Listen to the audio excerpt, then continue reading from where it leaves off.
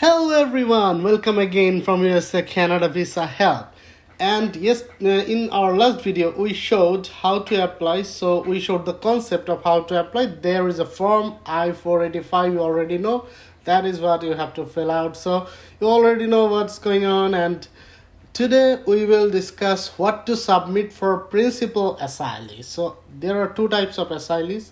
If you are doing the submission, if you are doing the asylum petition by yourself, that is principal asylee, and whoever you were attaching to your application, like your wife, your husband, your children, or whoever will be giving you the company in the application, or whoever will be added with you with the application, those are not the main applicant, they are called derivative asylee. So whenever your decision will come, their decision also comes as your family member. Okay, do you understand now what I am saying? Like, you are the main, and with you whoever is related, they are derivative asylees, they are derivative by you. Okay, so what to submit by principal asylee? Okay, so for you, what are the documents? So as usual, I will not go into a great detail, but I will give you the concept, because these are the concept videos, and I will have a separate playlist on how to do green card petition and also how to register permanent residence. These things are pretty simple, so you understand already.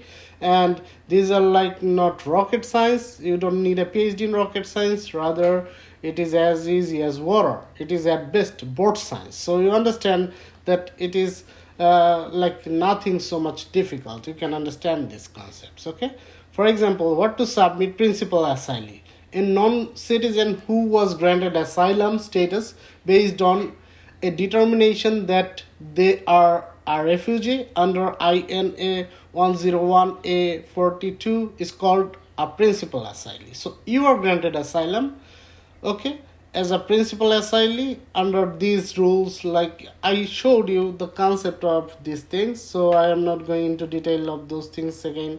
So if you are a principal asylee, you should submit the following documentation and evidence to apply for a green card. So your asylum petition has been approved already. Now what you can do, after 1 year, waiting for 1 year inside USA, when 1 year will pass after you are granted asylum, you can go through the process of applying for green card finally. Okay, so what are the documents? So in our previous video we showed you need to fill out form I-485, which is the main thing. Okay, this is the main thing, and with the required fee, or with form I-912, request for a fee waiver. Fee waiver is not like always going to take good decisions for you, because USCIS will always expect that you pay for your application, right? So that is always better. You always go to submission and also pay the fees. Okay, and now proof of your grant of asylum. So your asylum was granted, so you had a letter or a decision by an immigration judge, or a form I-940, form I-994, or arrival departure record, which shows the date you were granted asylum. So you have to produce the evidence that your asylum petition was granted. Okay, and then evidence of 1 year of physical presence in USA after the grant of asylum status, and it should be more than 1 year, so that there is no issues. So you have to keep in mind that your asylum status has been granted, or petition has been granted, and you have also after that stayed in USA, inside USA, for 1 full year or more, so that USCIS doesn't give you a request for evidence. Okay, you understand what I'm saying? So then 2 passport style photographs. Okay, it should be color. Okay, it's not written, but I'm telling you it should be color.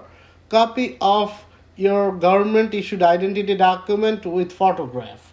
So copy of your government issued identity document means you may have a passport, you may have other documents issued by government like national ID cards or something, or for Indian people Aadhaar card or something, whichever is government issued identity document with photograph. Okay, so that is the thing. You have to make a copy of that page which shows these information like photo, your issuance date, your expiry date, and your date of birth, everything. Like it is called passport bio page. So that page, and copy of birth certificate if applicable, copy of your passport page with non-immigrant visa. So if you have a non-immigrant visa, like for example you have come in USA as an F1 student, or for any other in any other category, like and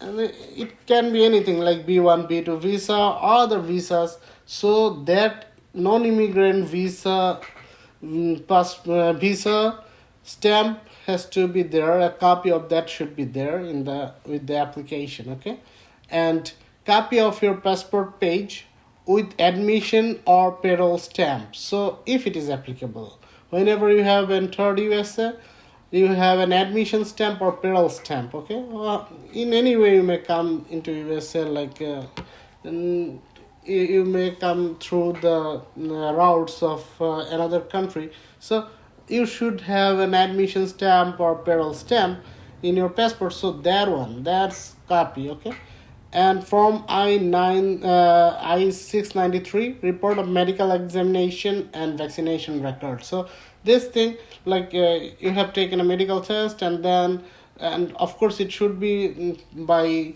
USCIS authorized doctors. Okay, of course immigration, whoever can do immigration physicals, those people can give you the record, and that thing should be incorporated in Form I-693. Okay, and then certified police or court records of criminal charges, arrests, or convictions if applicable. If you have charges as a criminal or something, so you should also provide that. And also Form I-602, application by refugee for waiver of grounds of excludability. So if you are not going to be able to be admissible to USA for any reason, I have discussed it in previous videos, so you already understand what is admissibility. So if you cannot be admitted, then you have to have waiver request to wipe out that thing, like inadmissibility thing, if waiver grounds of excludability is applicable. So I'm not going to go into big discussion with any of this, because this is a concept video. I will discuss everything in a separate playlist for green card through asylum, like from the beginning, how to do asylum petition, and also how to do green card application after your asylum petition has been granted. So you understand, nothing is rocket science here. Everything is as easy as water, so you don't need to worry about it. It is at best both sides. So keep focused and just have a little confidence. You can do the petition yourself, like so many people are doing. And if not, at least you have understood what's going on with your application, and you can make a great bargain with the attorney if you want to go through attorney, if you do not feel so much confidence that no, I cannot do the petition myself, I'm not that good, but I can bargain with attorney because I can understand everything here. Okay, so that is my purpose. So thank you for watching. Have a good day. Bye bye.